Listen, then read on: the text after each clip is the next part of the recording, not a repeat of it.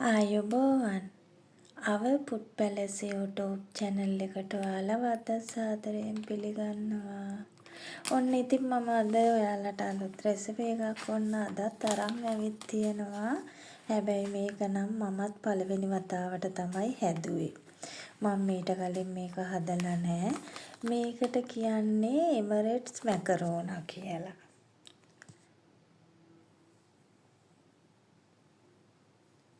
ඉතින් මේකේ තියෙනවා ග්‍රෑම් 400ක්. එතකොට මේක අර වෙන අනිත් මැකරෝන වගේ නෙමේ හැඩය නිකන් හාල් ඇටේ වගේ. ඉතින් ඒක මම අද හදාගන්න හිතුවේ එළවලු දාලා. හැබැයි ඉතින් මේකට චිකන් එහෙම තියෙනවා නම් දාලා එළවලු දාලා තවත් රසයි. ඒ වුණාට මට අද මේක හදන්න චිකන් තිබුණේ නැහැ. ඒක නිසා මම මේ ගෙදර තිබුණු එළවලු කීපයක් තිබුණා. ඉතින් ඒක කපලා ගත්තා මම මේක හදාගන්න. ඉතින් මහා ලොකු එළවලු කියලා දෙයක් නෑ මෙතන. බෝංචි ටිකක් තියෙනවා. රතු පාට බෙල් පේපර් එකකින් තියෙනවා. එතකොට ගෝවා පොඩි කෑල්ලක් මං කපාගෙන තියෙනවා. බෝංචි ටිකක් තියෙනවා. කැරට් තියෙනවා. කොළ පාට බෙල් පේපර් එකකින් තියෙනවා. ටිකක් ඒ වගේම රතු ලූණු තියෙනවා. අමු මිරිස් තියෙනවා. ඉතින් ඔන්න ඔය ටික තමයි මේක හදාගන්න ඕන කරන්නේ. ඉතින් මේ බලන්නකො මේ පැකට් එකේ දැන් මේ පැකට් එකේ මං කඩලා මේ භාජනයකට දාගන්නවා. මේ බලන්නකො සම්පූර්ණම වී ඇටේ හාල් ඇටේ වගේ. ඔය බලන්නකො ඔන්න ඔහොමයි මේ මැකරෝන එක තියෙන්නේ. ඉතින් මේ බලන්න ඔය හාල් ඇටේ වගේමයි. ඉතින් මේ දැන් මේක හැබැයි තම්බ ගන්න ඕන මුලින්ම. මේක තම්බනකොට ටිකක් වතුර එක උකු වෙලා නිකන් සෙවල ගතිය වගේ එනවා.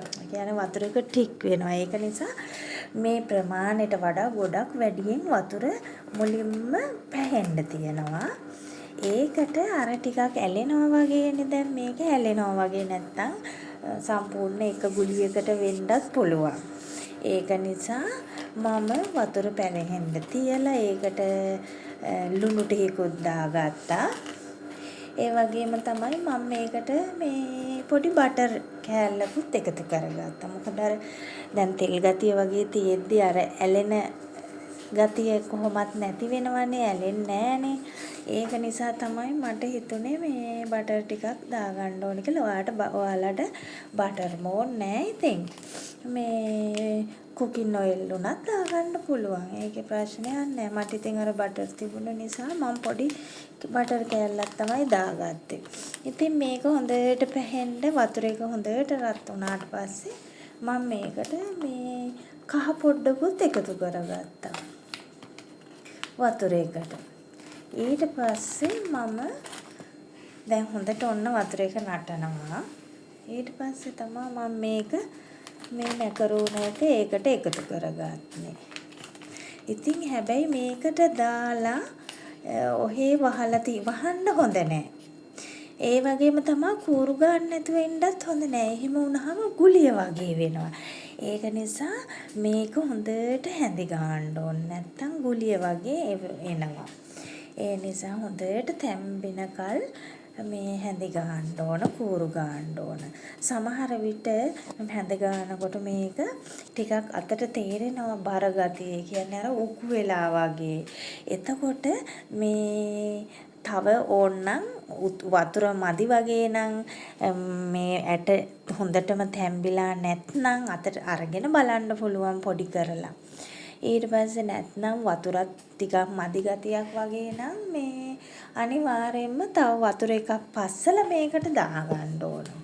ඇල් වතුර එහෙම එකතු කරගන්න එපා. උණු වතුරම තමයි ආපහු මේකට එකතු කරගන්න ඕන. ඉතින් ඊට පස්සේ මම ඒක හොඳට තැම්බුනහම ඔයාලට තේරෙනවානේ බත් ඇටේ තැම්බුනහම කොහොමද ඒ ගානට ආවහම වතුර ටික පෙරා ගන්න. ඉතින් ඊට පස්සේ මම මේකට ආයෙ වෙනම භාජනයක් ලිපේ තියාගෙන ඊට පස්සේ තෙල් පොඩ්ඩක් එකතු කරගෙන දැන් මේ එළවලු ටික හදාගන්නයි ලෑස්ති කරන්නේ. මම මේකට කියන්න බැරි වුණා සුදු ලූණු බිද්දෙකුත් තලලා අරගත්තා. දැන් ඒ ටිකයි අර ලෑස්ති කරගත්තු එළවලු ටිකයි සේරම මම දැන් තෙම්පරාදු කරගන්නවා. හැබැයි මේක මම මේ පළවෙනි වතාවට තමයි හදලා කෑවේ. හරිම රසයි. මේ කණ්ඩත් පුළුවන් රසයි. හැබැයි ඉතින් තවත් රස වැඩි වෙනවා මේකට අර චිකන් ටිකක් එහෙම එකතු වුණා නම්. ඊට අමතරව වලට සොසේජස් එහෙම තියෙනවා නම් එකක් බැදලා දාන්නත් පුළුවන් කපලා පොඩියට කපලා.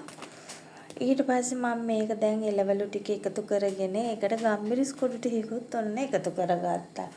ඒත් එක්කම සෝයා සෝස් ටිකකුත් මම එකතු කරගත්තා. ඊට පස්සේ දැන් මේ එළවලු එක ටිකක් තැම්බෙන ගොඩාක්ම එළවලු තම්බන්න තෙම්පරාදු කරන්න හොඳ නෑ.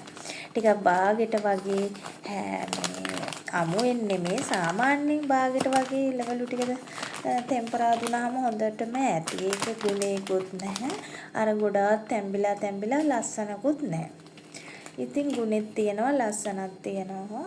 මේ බාගෙට එළවලු ටික මේ තෙම්පරාදු කරගත්තාම. ඒ තෙම්පරාදු කරගෙන අහකලා ඕම් බලන්න මම දැන් එකතු කරගත්තාට තම්බගත්තු මැකරෝනය ටික. මේ බලන්නකෝ. ඔන්න දැන් ඉතින් මේක හොඳට තියෙන්නේ කලවම් කරගන්න.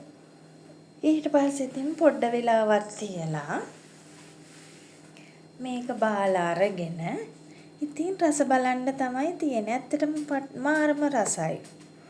මේ ගොඩක් දැන් ග්‍රෑම් 400ක් කියන්නේ සෑහෙන 7-8 දෙනෙකුට විතර කන්න පුළුවන්. ඒක තම්බලා අර එළවලු ඔක්කොම එකතු වුණාම ලොකු ප්‍රමාණයක් වෙනවා.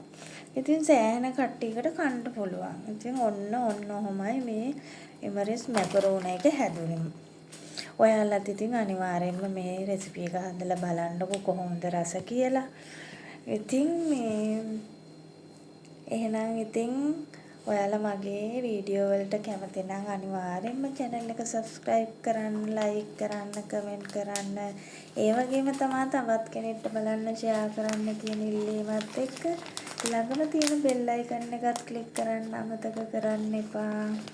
එහෙනම් ඉතින් අලුත් වීඩියෝ එකකින් හම්බ වෙනකල් මම ගිහින් එන්නම්.